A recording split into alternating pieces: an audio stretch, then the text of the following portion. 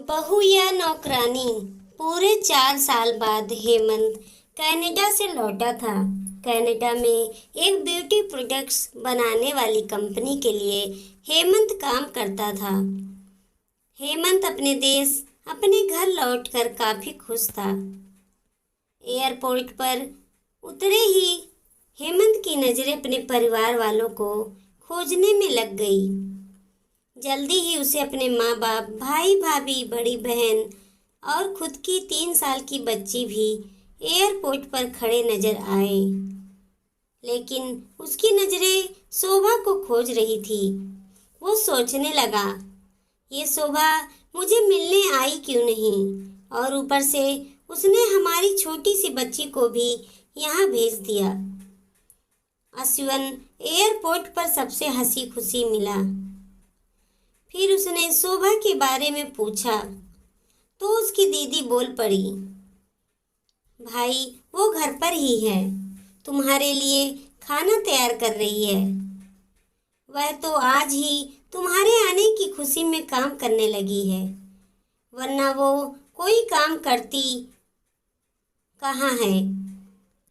अश्विन ने अपनी बेटी को प्यार से उठा लिया, लेकिन उसकी बेटी उसे देखकर रोने लगी।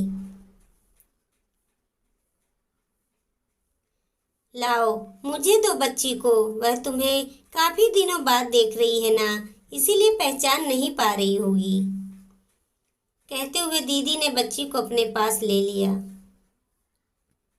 सभी टैक्सी में बैठकर अपने घर की तरफ रवाना हुए। अश्विन अपने परिवार से मिलकर खुश था, लेकिन ये बात कि शोभा उसे एयरपोर्ट पर मिलने नहीं आई उसे काफी परेशान कर रही थी। वो सोचने लगा, क्या खाना बनाना इतना ज्यादा जरूरी था, मुझसे मिलने से भी ज्यादा, और वो भी तब जब मैं 4 साल बाद वापस आया हूँ। इन्हीं ख्यालों में घर तक का आधा रास्ता बीत गया।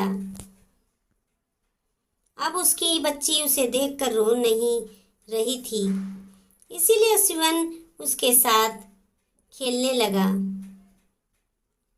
बाकी का आधा रास्ता भी खत्म हुआ और सब घर पहुंच गए। गाड़ी की आवाज सुन शोभा बालकनी में आकर खड़ी हो गई और अश्विन की तरफ देखने लगी। अश्विन भी जैसे ही गाड़ी से उतरा, उसने पहले दरवाजे की तरफ और बाद में बालकनी की तरफ नजरें घुमाई, जैसे वह सुबह को ही देखना चाहता हो। अश्विन से नजरें मिलते ही शोभा के चेहरे पर मुस्कान झलक पड़ी। अश्विन भी उसे देखकर हल्के से मुस्कुरा दिया। सभी घर के अंदर गए। शोभा सबके लिए पानी लेकर आई और सभी को पानी देने के बाद फिर से किचन में चली गई चाय बनाने के लिए। थोड़ी देर तक सभी परिवार वालों से बातें करने के बाद अश्विन शोभा को बुलाने लगा। माँ ने उसी बीच में टोकते हुए कहा, रहने दो उसे, किचन में थोड़ा काम कर लेने दो, बाद में अपने आप आ जाएगी। तुम बैठो यहाँ मेरे पास, वैसे भी कहाँ ज्यादा काम करती है वह। अश्विन यही बात दूसरी बार शोभा के बारे में सुन रहा था। अब उसने सोचा कि मेरे परिवार वाले मुझसे झूठ थोड़ी बोलेंगे। हर दिन नहीं होता होगा उसको इतना काम, आज थोड़ा सा है, करने देते हैं, मैं बाद में उससे बात कर लूँगा। अश्विन अपने परिवार वालों से बातचीत में मगन हो गया। एक के बाद एक रिश्तेदार और पड़ोसी अश्विन को मिलने आते रहे और शोभा को किचन से बाहर में निकलने का समय ही नहीं मिला। सभी के लिए चाय बनाना, नाश्ता बनाना, यही करते करते शाम हो गई। शाम होते ही अकेली शोभा इस बड़े से परिवार का खाना बनाने में जुट गई। 2 घंटे बाद सभी परिवार वाले खाना खाने के लिए डाइनिंग टेबल पर बैठे थे, सिवा शोभा के। अश्विन चाहता था कि शोभा भी उसके साथ बैठकर खाना खाए, लेकिन फिर माँ ने कहा, अगर वह भी खाना खाने बैठ जाएगी तो सबको परोसेगा कौन। सभी के खाना खाने के बाद शोभा ने अकेले खाना खाया।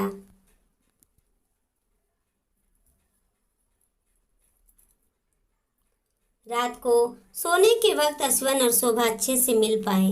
अश्विन शोभा के साथ काफी बातें करना चाहता था, लेकिन वह उसके चेहरे पर थकान और नींद अच्छे से देख सकता था, इसलिए उसने शोभा को परेशान ना करने का फैसला किया और उसे सोने दिया। शोभा सोने ही वाली थी कि उसकी छोटी बच्ची रोने लगी, तो शोभा तुरंत उठकर उसे दूध पिलाने के लिए चली गई। अश्विन कब सो गया उसे पता ही नहीं चला। जब सुबह बच्ची की रोने की आवाज़ आने लगी तो अश्विन उठा और शोभा को पुकारने लगा।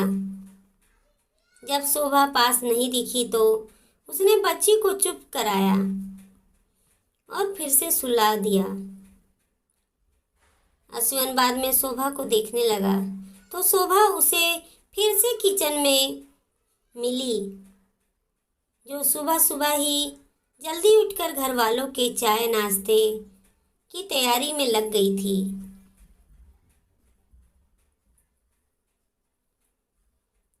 अब अश्विन सोचने लगा, माँ और दीदी तो कहती थी कि शोभा ज्यादा काम नहीं करती, लेकिन जो मैं देख रहा हूँ वो तो कुछ और ही है।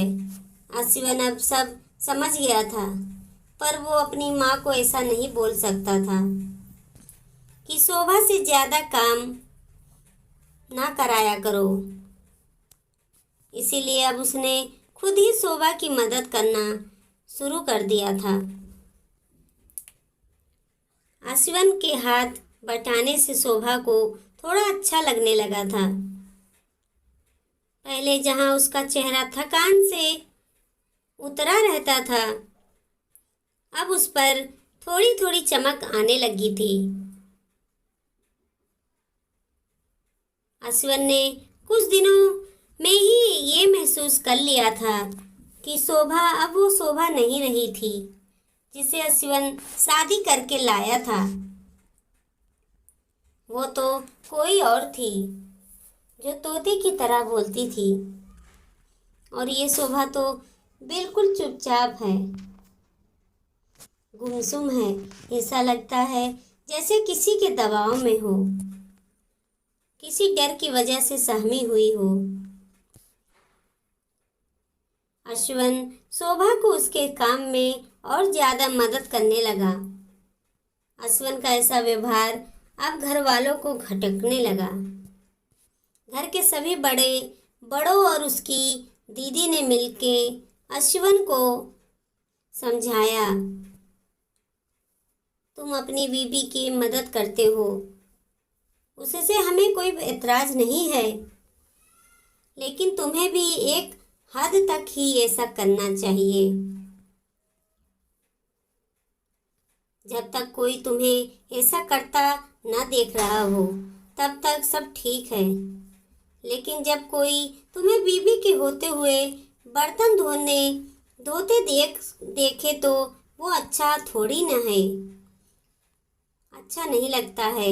और सोचो, आगे आगे चलकर शोभा को तुम्हारे हेल्प की आदत पड़ गई तो तुम्हारा अपना काम में ध्यान लगाना मुश्किल हो जाएगा। अश्विन हमेशा से ही अपने परिवार वालों की बात मानता आया था,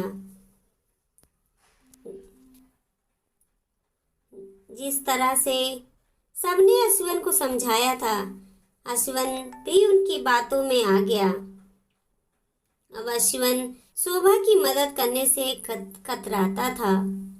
कभी कभार वह बच्ची के लिए दूध गर्म कर लिया करता, उससे ज्यादा कुछ नहीं।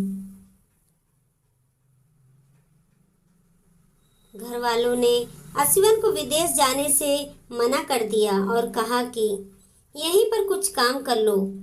अश्विन ने अब घर से ही ब्यूटी प्रोडक्ट्स ऑनलाइन बेचना शुरू कर दिए। उसका परिवार भी बढ़ गया। अब उसे 2 बेटियां और 1 बेटा था। दोनों बेटियां स्कूल जाने लगी थी, लेकिन बेटा अभी भी छोटा था। जितना अश्विन कमाता था उतना सबके लिए काफी ना था। काफी सोच विचार करने के बाद अश्विन ने यह फैसला किया कि वह अब शोभा के साथ शहर में जाकर रहेगा, जहाँ पर शोभा भी काम कर पाएगी और वह घर से ही अपने ब्यूटी प्रोडक्ट्स बेचना शुरू करेगा। इस तरह से वे अपने पैसों की तंगी को पूरा करेंगे। परिवार वालों ने भी अश्विन को इजाज़त दे दी। अश्विन चाहता था कि माँ भी उसके साथ रहे, लेकिन माँ को शहर में आना मंजूर ना था। माँ बड़े भाई के साथ रहने लगी। शहर में अब शोभा नौकरी करती और अश्विन घर से ही ऑनलाइन अपने प्रोडक्ट्स बेचता। कई साल ऐसे ही बीत गए। शोभा का घर काम और बाद में बाहर का काम करके पहले से ही भी ज़्यादा थकी थकी रहने लगी। परिवार वालों के अश्विन के दिमाग में डाली बातें अभी भी उस पर असर करती थी। वह यहाँ पर भी शोभा का हाथ ना बटाया करता। अश्विन अब दिन रात अपने प्रोडक्ट्स बेचने में ही मसरूफ रहता। कभी कभी शोभा उससे कहती कि मुझे अच्छा नहीं महसूस हो रहा है, मुझे डॉक्टर के पास ले चलो। वो हाँ कह देता, लेकिन अपने काम में इतना खो जाता कि कभी उसको डॉक्टर के पास ले ही नहीं जाता। शोभा तो बीमार थी, लेकिन एक बार अश्विन बहुत ज़्यादा बीमार हो गया।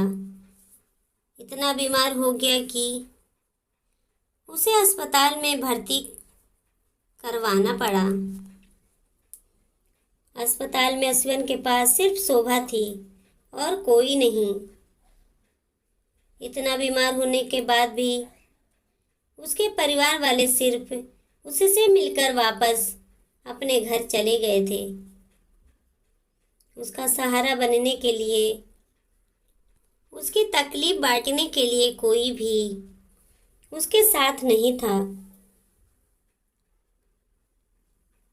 बिस्तर पर पड़े और शारीरिक तकलीफ से गुजर रहे अश्विन को अपनों का एहसास व्यवहार बहुत तकलीफ दे रहा था। फिर वह सोचता कि उसने भी तो शोभा के साथ जिंदगी भर यही किया है। क्या वो शोभा का जीवन साथी सिर्फ नाम का ही नहीं था? जब साथ देने की बारी आती थी तो उसने दूसरों के बहकावे में आकर उससे किनारा कर लिया था। यहाँ तक कि शोभा के खुद अपने मुंह से कहने के बाद भी उसकी तकलीफ को वो नज़रअंदाज करता आया था। अश्विन को अब अपना दर्द शोभा के दर्द के आगे मामूली सा लगने लगा। उसके दर्द को ना बांटकर उसने बहुत बड़ा गुनाह किया हो, ऐसा उसे लगने लगा। पश्चाताप के आंसू असवन की आंखों से बहने लगे। उसने अपनी सारी गलतियों और गुनाहों के लिए शोभा से माफी मांगी। दोस्तों, जीवन साथी का मतलब होता है जीवन के हर उतार चढ़ाव में, जीवन के हर मोड़ में जो साथ दे। साथ होने और साथ देने में उतना ही फर्क होता है जितना सिर्फ वादा करने में और सचमुच वादा निभाने में होता है। वीडियो अच्छी लगी हो तो लाइक करें, चैनल पर नए हो तो सब्सक्राइब करें, अपने दोस्तों रिश्तेदारों में शेयर करें। देखते रहिए सुषमा मोटिवेशनल स्टोरी 2.0।